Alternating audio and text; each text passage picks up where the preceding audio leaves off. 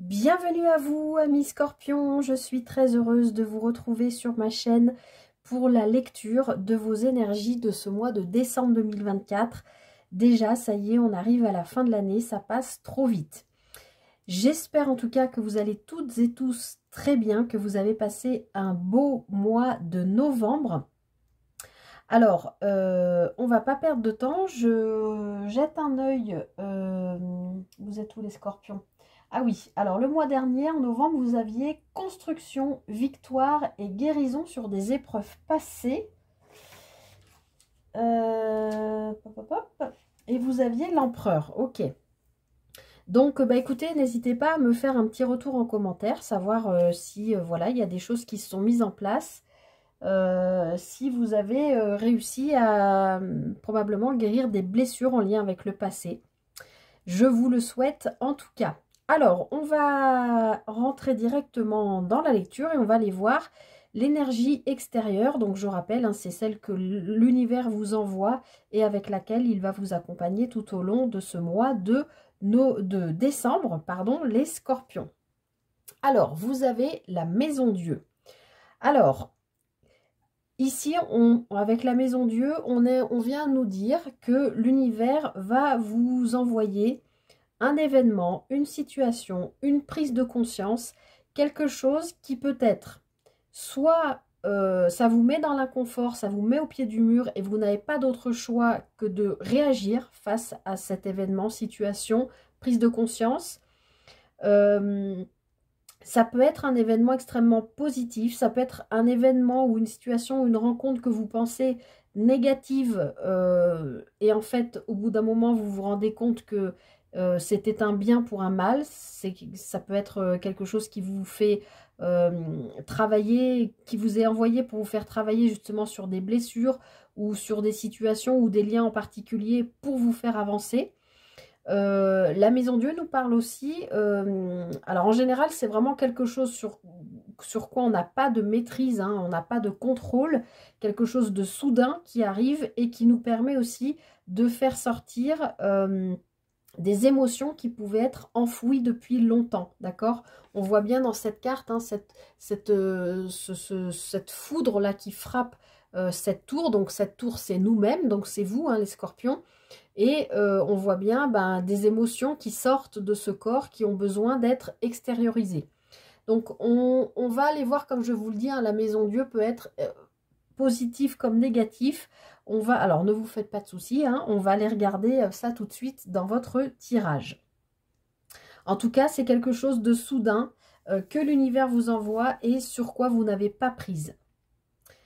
Alors, on va aller regarder tout de suite dans quelles énergies vous quittez du coup ce mois de novembre et du coup comment vous rentrez en décembre. Magnifique, un arcane majeur et pas des moindres, le fou, le mat. Donc là, c'est l'arcane 0, d'accord? Il précède le battleur. C'est vraiment, vous voyez, en plus dans le Light Starro, j'aime bien, il est bien imagé ce fou, que vous soyez homme ou femme, hein, là on parle de votre énergie. C'est vraiment se jeter dans le vide, c'est oser y aller, c'est prendre des risques, d'accord? On voit bien que ce personnage se tient encore à une liane, à une corde, mais dans sa main, elle tient quand même un cristal, je pense, hein, une sorte d'améthyste, quelque chose qui en tout cas la connecte à plus grand qu'elle, hein. L'améthyste est souvent relié au chakra du troisième œil, donc quand même la connexion avec l'invisible, la source, enfin, en tout cas avec je cherche mes mots, je vais y arriver, avec les intuitions, avec votre propre connexion à vos intuitions, d'accord?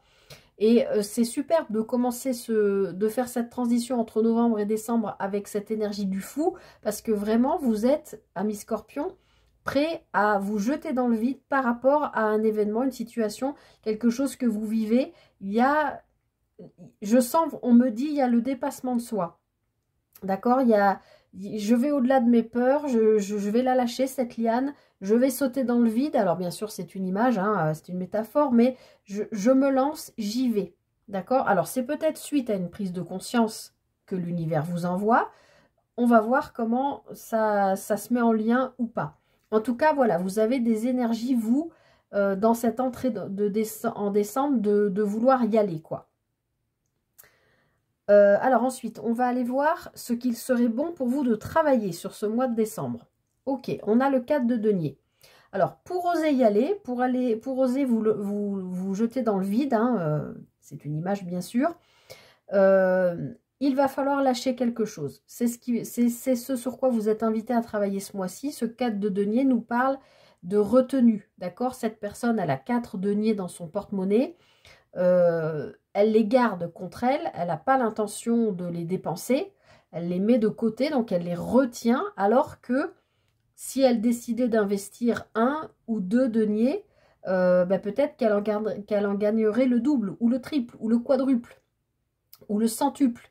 D'accord? Alors, on est dans le denier, donc on est dans le financier, ok, bien sûr, matériel, professionnel. Le denier, c'est tout ce qui est concret, tout ce qu'on peut toucher, ou tout ce qui est dans la matière. Donc, ça peut parler de n'importe quel plan de vie. En tout cas, ça nous dit ici que ce sur quoi vous allez être amené à travailler sur ce mois de décembre, les scorpions, c'est vraiment de lâcher quelque chose. Parce que là, vous êtes dans la retenue. Je pense que de toute façon, l'univers va vous y pousser, puisque ici, on voit bien qu'il va y avoir une explosion d'émotions, mais ça peut être une explosion d'émotions tout à fait positive, hein, qui vous fait avancer, mais par rapport à quelque chose que vous avez retenu, contenu à l'intérieur de vous. Donc ça, c'est votre boulot pour ce mois de décembre. Il y a des choses à lâcher. Je pense que vous qui regardez cette vidéo, moi je ne sais pas, c'est une guidance générale, j'en profite pour vous le rappeler. Vous prenez que ce qui résonne avec vous, hein, ça ne peut pas parler à tout le monde, mais je pense que vous savez de quoi je parle. Alors, le conseil du tarot pour ce mois-ci. La reine de coupe. Que vous soyez homme ou femme, ici, cette reine de coupe, elle nous parle encore une fois d'intuition, de connexion à soi-même. Elle nous parle aussi de s'aimer soi-même, d'accord? La reine de coupe, elle est très maternante. Ça, pour moi, c'est un peu l'arcane mineur de l'impératrice, arcane majeure. C'est un peu les mêmes énergies, maternantes, enveloppantes, soucieuses de l'autre, des autres, de faire en sorte que les autres autour de soi, de nous, se sentent bien, soient bien, se sentent dans l'amour, se sentent protégés. C'est aussi une énergie qui ressent beaucoup justement les énergies des autres aussi. La reine de coupe, elle est extrêmement connectée à ses ressentis. Elle est dans l'amour, elle peut être dans le don de soi. Alors attention, parce qu'il peut y avoir deux facettes, hein, il ne faut pas être dans le sacrifice non plus. Mais en tout cas, elle a envie de donner de l'amour. Elle a envie d'en recevoir aussi, hein, bien sûr. Mais voilà, donc dans la position ici, comme c'est le conseil du tarot, moi je pense qu'on vient vous dire, écoutez vos ressentis, encore une fois, je vous en ai parlé même avec la Maison Dieu, écoutez vos ressentis, vos émotions profondes et laissez-les s'exprimer. Parce que cette reine de coupe, elle a besoin d'exprimer ses émotions. Souvent, elle peut avoir une énergie aussi d'hypersensibilité, d'empathie profonde. Donc là, il peut y avoir un peu les deux côtés. Attention peut-être à se protéger aussi des autres, mais en même temps, enfin des autres, pas se protéger des autres, se protéger de leurs énergies, parce que malheureusement, il y a parfois des gens qui nous font passer, où on absorbe leur énergie sans le vouloir, et qui ont des énergies négatives. Bon, voilà, c'est comme ça, vous le savez, ou en tout cas pas négatives, mais basses. Voilà.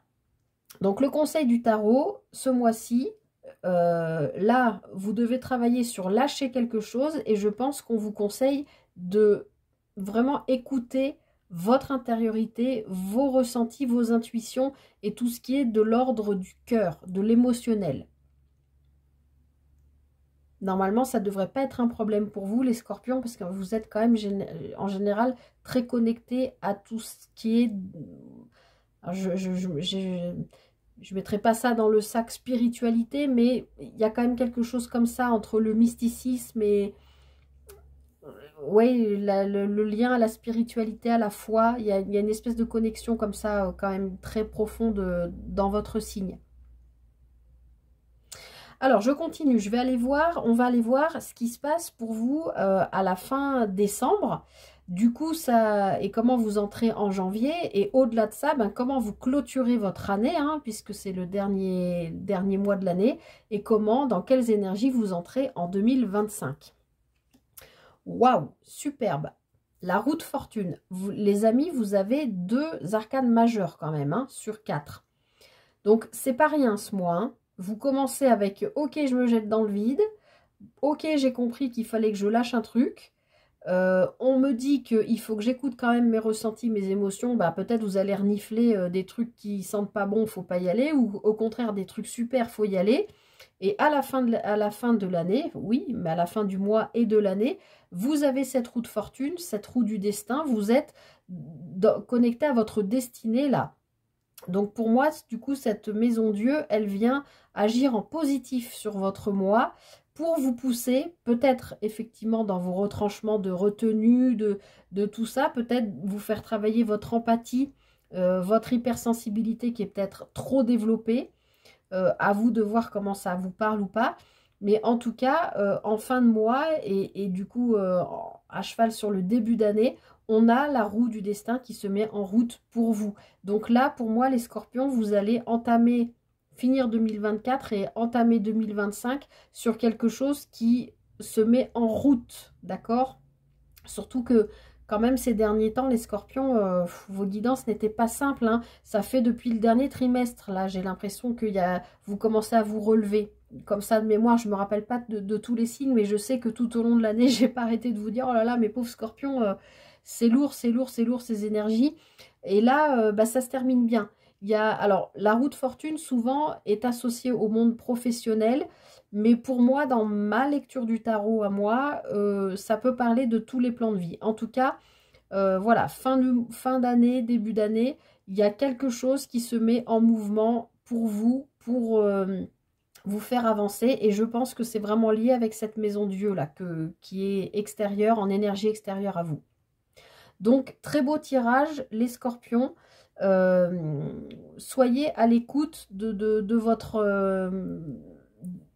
intériorité, de vos connexions, de vos... comment on dit? J'ai perdu le mot. De vos... ah mince.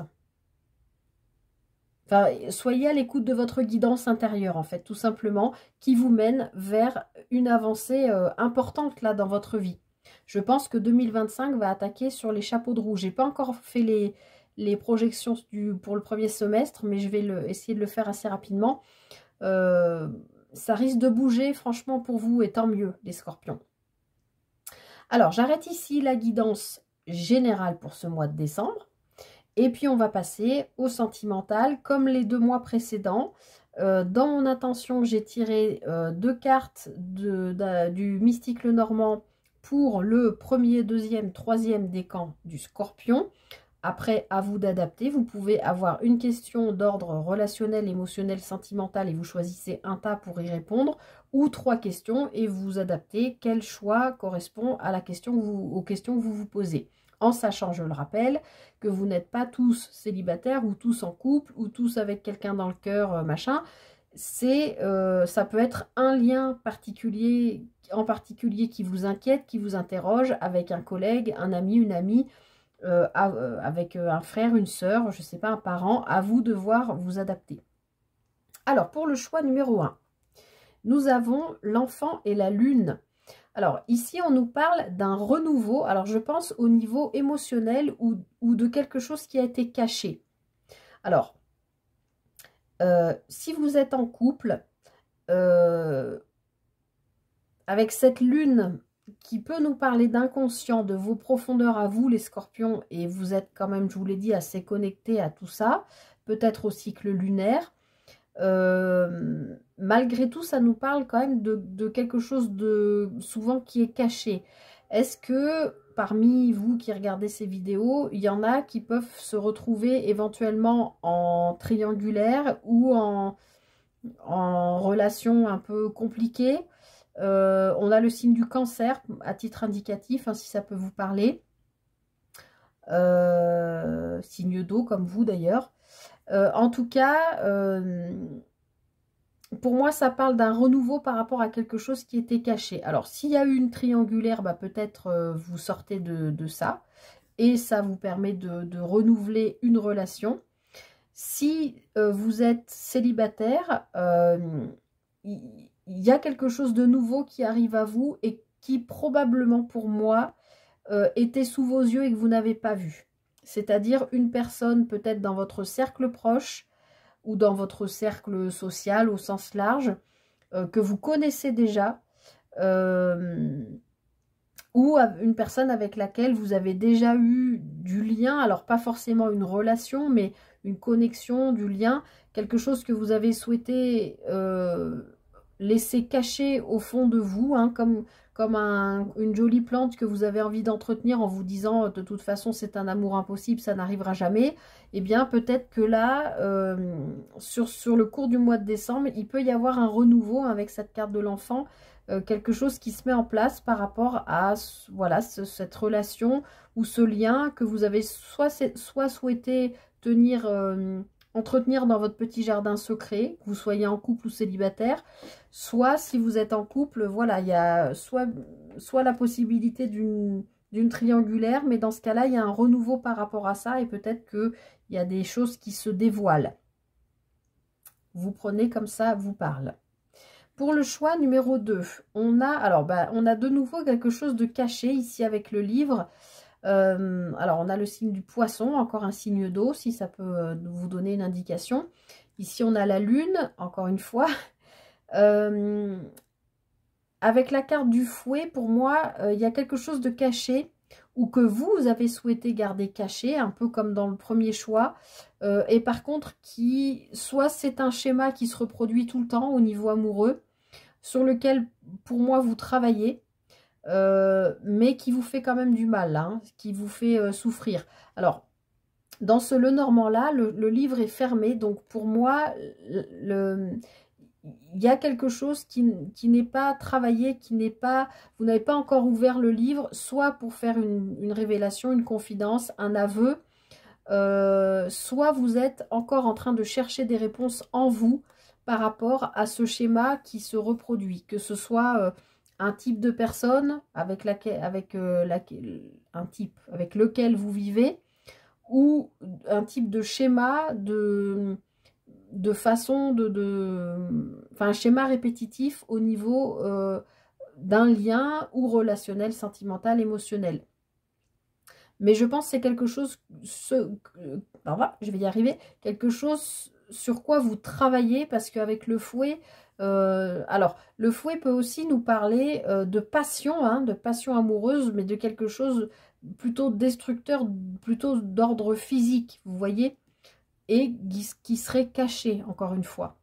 Mais ça peut être aussi vous, vos propres fantasmes par rapport à une personne ou par rapport à votre partenaire. Alors, je ne vais pas partir sur 50 nuances degrés, hein, mais il peut y avoir une histoire comme ça de préférence intime, charnelle, que vous n'osez peut-être pas exprimer à votre partenaire. Il peut y avoir aussi quelque chose comme ça. Mais pour moi, c'est quelque chose plus sur quoi vous travaillez pour éviter de retomber en fait toujours dans les mêmes schémas.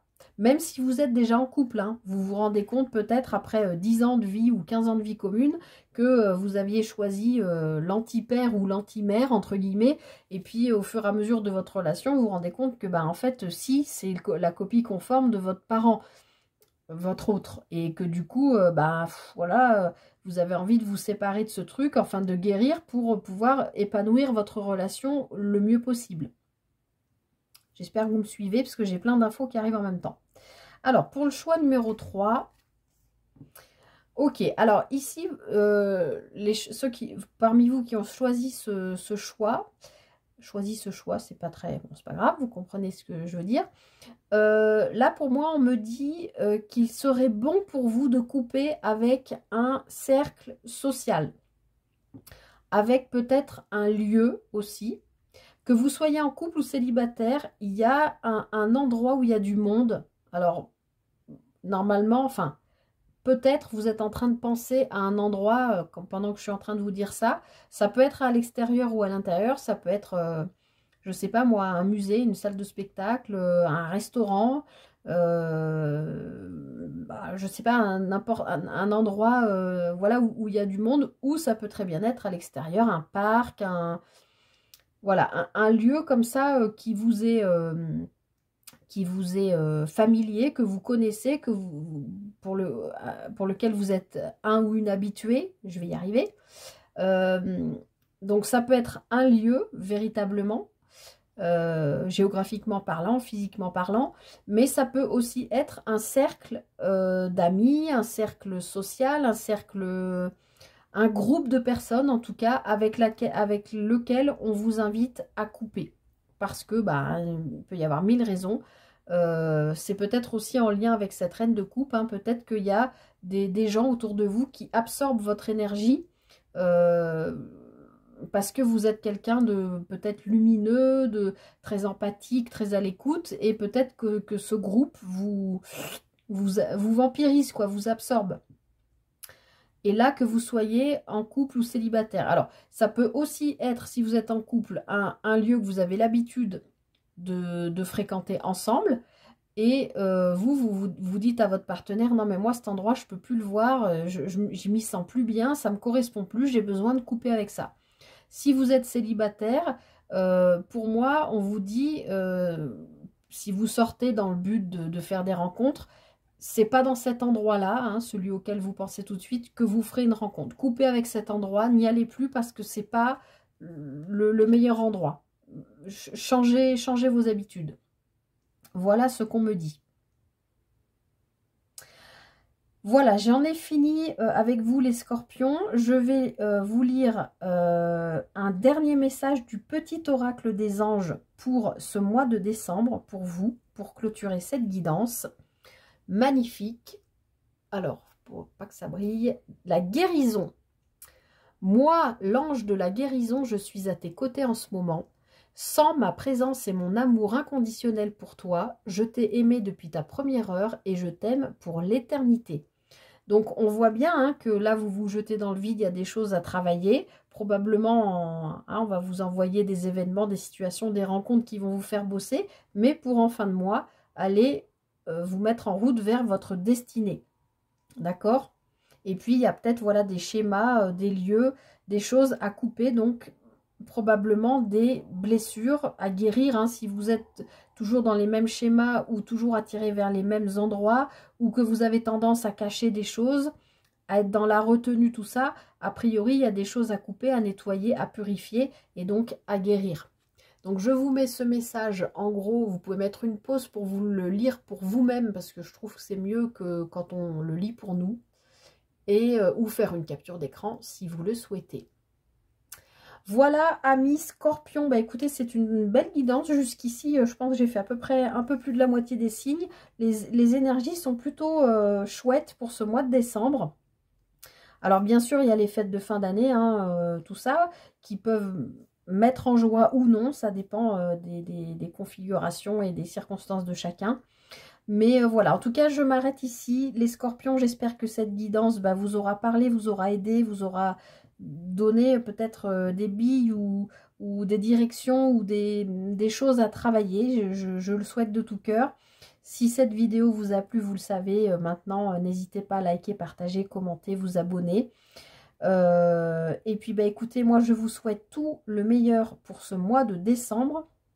J'en profite pour vous souhaiter de passer de très belles fêtes de fin d'année, entourées des vôtres, donnez de l'amour, recevez-en, partagez, vivez de beaux moments, prenez bien soin de vous, je vous souhaite tout le meilleur et je vous dis à très bientôt pour une prochaine guidance. Bye bye.